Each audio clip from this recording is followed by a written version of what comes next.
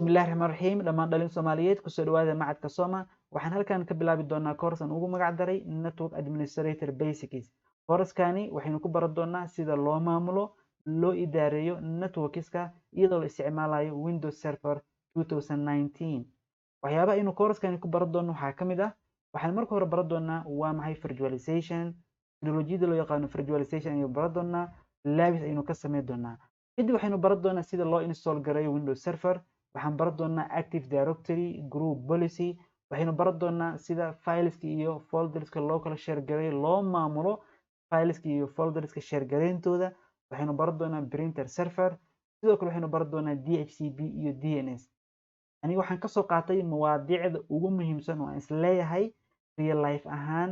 ardayga doonayo in uu bilaawo ama ardayga doonayo in uu barto cilmiga maamulidda networkska waxa uu kaga baahan karo real life ahaan ama daily life ahaan ayaan kaliya hadda course-kani aan kusoo qaatay way tafaasiil aad u badan ma sii gali doono waa course-ka advanced ahaan markii aan u eegno wuxuu leeyahay mawaadiic aad u badan kaliya waxaan ka doonayaa marka ardayga dhameeyo course-kani in uu helo aqoon ee u sahlaysa in uu sii dhamaystirto koorsooyin kale oo ku aadan network administration-ka iyo sidoo kale in uu helo skills iyo xirfad uu ka dhaqaaqi karo uu practice badan ku sameyn karo oo xitaa haddii uu yahay arday ama qof ka shaqeeya shirkad oo kale uu waxyaabo badan uu ku fahmi karo insha Allah tacaala waxaan rajeyn doonaa course-kani inay albaab badan ku furi doonto sidoo kale course-kani sida wuxuu la mid yahay koorsooyin kale ee ka baxa macadka soma waxaa la iska rabaa inaad kasoo shaqeyso assignmentiska practice testiga iyo practice-ka inaad soo gudbiso iyo sidoo kale dhamaadka course-kani waxaynu qaadi doonaa exam final exam-kana ardayga gali doona waa ardayga assignmentiska practice isoo diray kaliya maaha arday dhamaadka course-ka ila soo xiriiray oo dhahayo waxaan doonayaa inaan galo imtixaanka finalka waa inaad kasoo shaqeysay assignmentiska soo gudbisay practice-ka sida u gasho final exam-ka course-kani marka sida u bilowdo waxaa lagaaga baahan yahay inaad aqoon u leedahay cilmiga networking-ka aqoon marka deep leh ma lagaaga baahno kaliya waxaa lagaaga baahan yahay introduction iyo fikrad guud inaad ka haysato marka waxaa jirta course networking fundamental ah oo ka baxay macadka soma channelka youtube-ka waxaan idin dhigi doonaa linkiga description-ka halkaas ka daawo haddii aadan concept ka haysan cilmiga networking-ka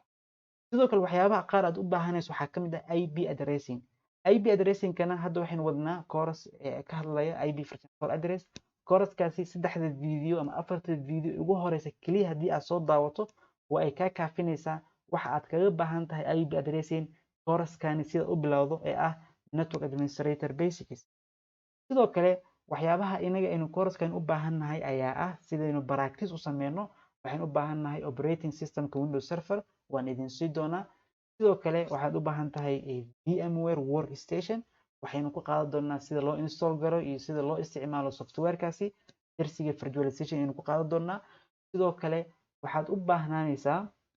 inaad haysato operating systemka sida windows 10 ama windows 7 oo kale ama windows 8 sida ugu practice gareyso dhammaan softwareskaasi linkiyada aad ka heli kartaan darsiga koowaad marka aynu bilaawno ayaan idin wada sii doonaa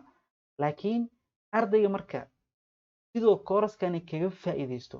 oo course-kani u noqdo course kuu meel dhala oo maaragta aad aqoon fiican ka qaadato waxaa lagaga baahan yahay in softwareskaas aan ku sii doono aad soo wada download garaysato oo aad shaqada ku bilowdo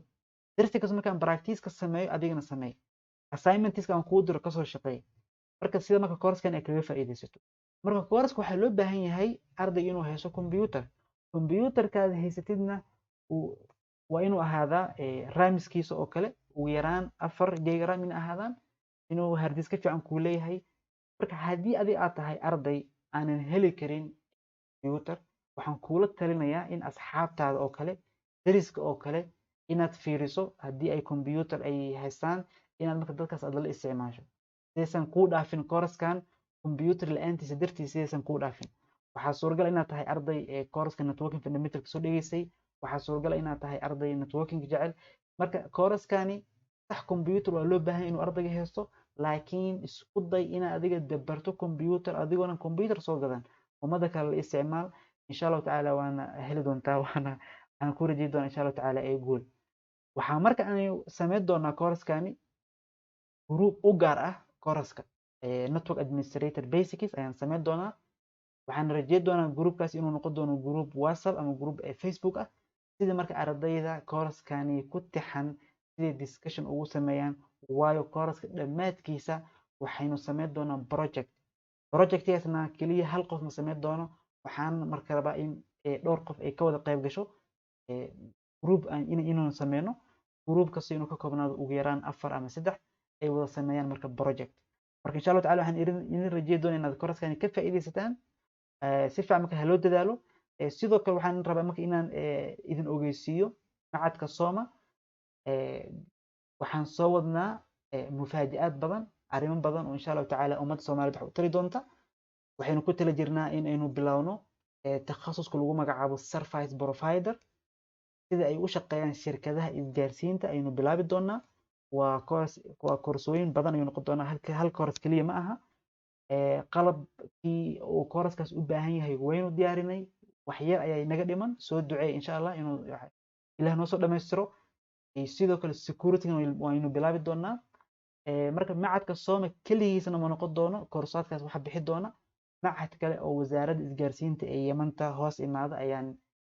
xiriir fiican la leenahay. kaa ayaa marka aan wada sameyn doonaa xiriir oo kooraskaas aan wada qaban doonaa. marka insha Allah tacaala koorsooyinka soo socdo sida kaga faa'iidaysato waa koorsooyin advanced ah. waxaan kaaga baahanahay marka hore waxa koorsooyin oo networking basics ah oo hadda janalka ku jiro inaad soo tunto, inaad si fiican kaga soo faa'iido markii aan bilowno marka koorsooyinka advancedka siday kugu fudaadaan. marka waxaan idin rajeyn doonaa marka guul iyo dadaal wacan. waxaynu ku kulmi doonaa marka dersiga soo socda ee ah dersiga koowaad ee kooraska network administrator basics.